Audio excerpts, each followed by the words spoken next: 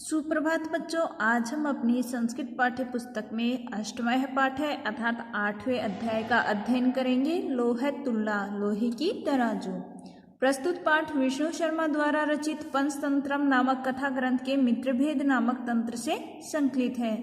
इसमें विदेश से लौटकर जीर्णधर नामक व्यापारी अपने धरोहर को सेठ से मांगता है।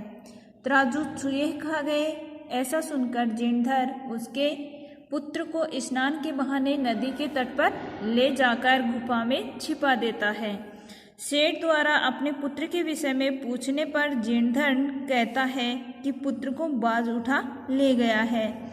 इस प्रकार विवाद करते हुए दोनों न्यायालय पहुंचते हैं, जहां धर्माधिकारी उन्हें समुचित न्याय प्रदान करते हैं। आसीत कस्मिंचित् अधिष्ठाने जीर्णोधनो नाम वाणी के पुत्र है। किसी स्थान पर जीर्णधर नामक व्यापारी पुत्र रहता था। स च विभवस्य देशोऽन्तरं गन्तुम् इच्छन् विचिन्ति।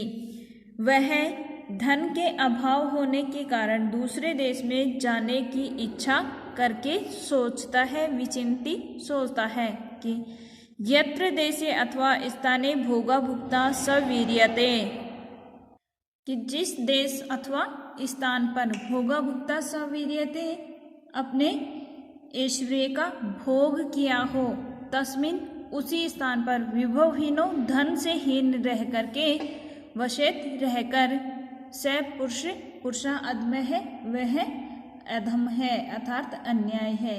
अर्थात जिस देश अथवा स्थान पर अपने पराक्रम और अत्यधिक ऐश्वर्य का भोग जिसने किया हो, उसी स्थान पर अगर वह मनुष्य धनहीन हो जाता है तो वहां पर रहना उसके लिए दुर्भर हो जाता है। तस्य च गृहे लोह घटिता पूर्व पुरुषो उपार्जिता तुल्ला आसीत। उसके घर पर एक लोहे की तराजू जो उसके पूर्वजों से प्राप्त थी।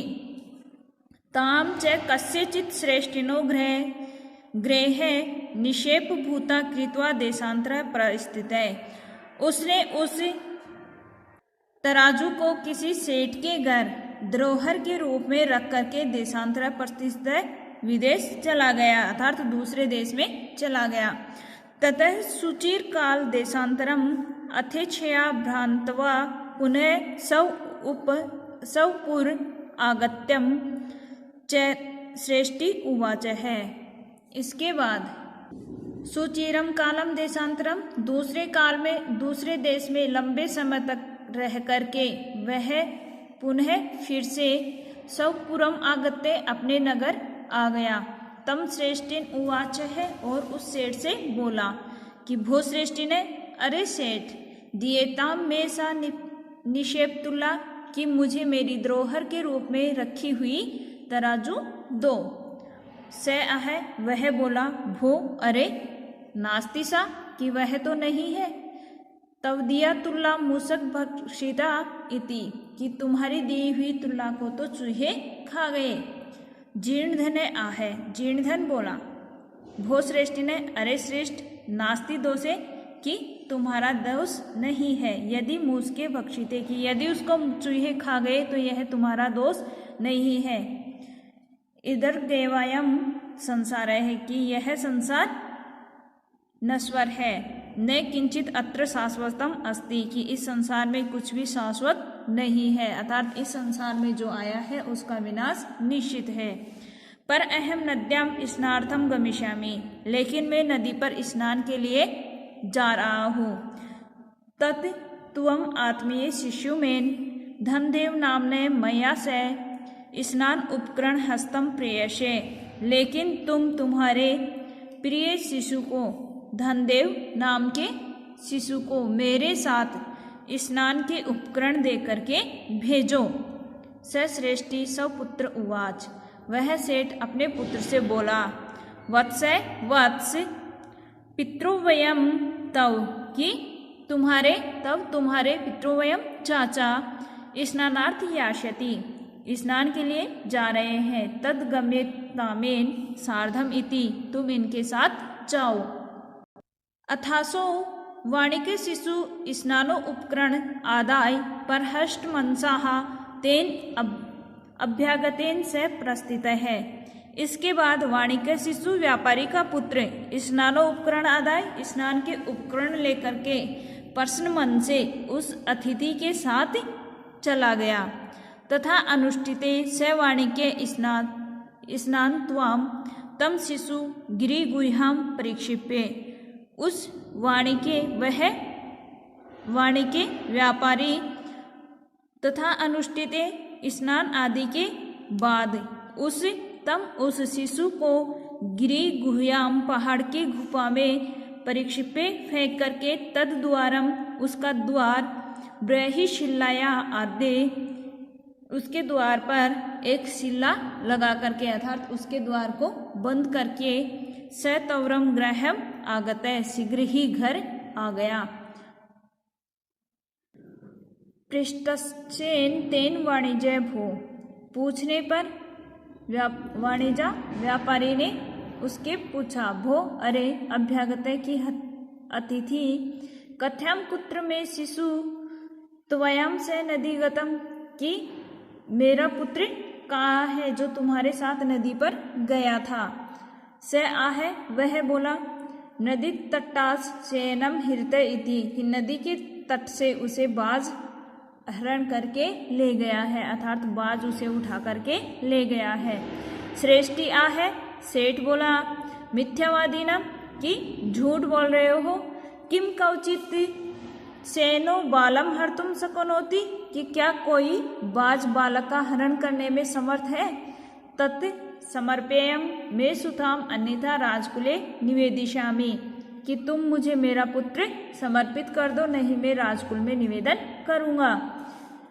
से आहे वह बोला भो सत्यवादी ने कि अरे सत्य है यथा सेनो बालम न नेति कि यदि बाज बालक को ले जाने में समर्थ नहीं है तथा मुस्का अपि लोह गठिता तुलाम न बक्ष्यति तो चूहे भी लोहे की तराजू को खाने में समर्थ नहीं है।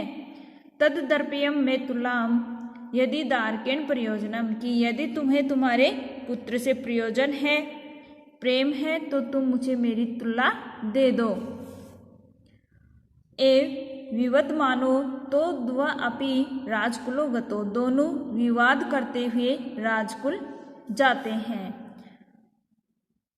तत्र श्रेष्ठी तार सवरेण प्रोवाच वहां पर सेठ ने ऊंचे स्वर में बोला भो अरे अब्राह्मण्यम की घोर अन्याय है मम शिशुर एनन चोर अप्रीतम इति कि इसने मेरे शिशु को अपहरण कर लिया है। अथ धर्माधिकारिणी मुच्चय कि अब धर्म अधिकारी मुच्चय भो समर्पित्याम श्रेष्ठी सुतय कि अरे सेठ को उसका पुत्र समर्पित कर दो अर्थात अतः इसके बाद धर्माधिकारिणी जो न्यायाधीश थे वो बोले कि अरे समर्प्याम श्रेष्ठी सुते कि सेठ के पुत्र को समर्पित कर दो अर्थात लौटा दो। स आहे वह बोला किम करोमि कि क्या करूं पश्यतो में नदी तट शयनेन अपहृत है शिशु कि मैं क्या करूं मैं तो नदी के तट पर बाज को अपहृत करते हुए शिशु को देखा था। इति ऐसा कह करके तद श्रुत्वा ते प्रोचु उसकी बात सुन करके वे बोले भो अरे न सत्यम अभिहितम कि यह सत्य नहीं है। भवताम किम सेनम शिशु हर्तुम समर्थो भवति कि क्या कोई बाज शिशु का अपहरण करने में समर्थ होता है। स आहे वह बोला कि भो अरे सूर्यताम मदवचय कि मेरे वचनों को सुनो।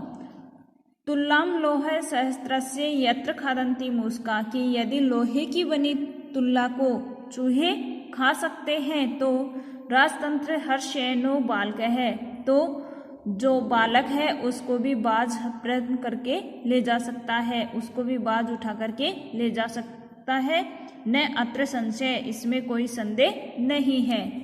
ते प्रूचो वे बोले कथम एतत् कि किस प्रकार। ततः सश्रेष्ठी सभा नामग्रे आदितः सर्ववर्तांतम निवेदमाशः कि उसके बाद उस सेठ ने सभा के आगे संपूर्ण वृत्तांत का निवेदन किया, अर्थात संपूर्ण बात उसको बताई।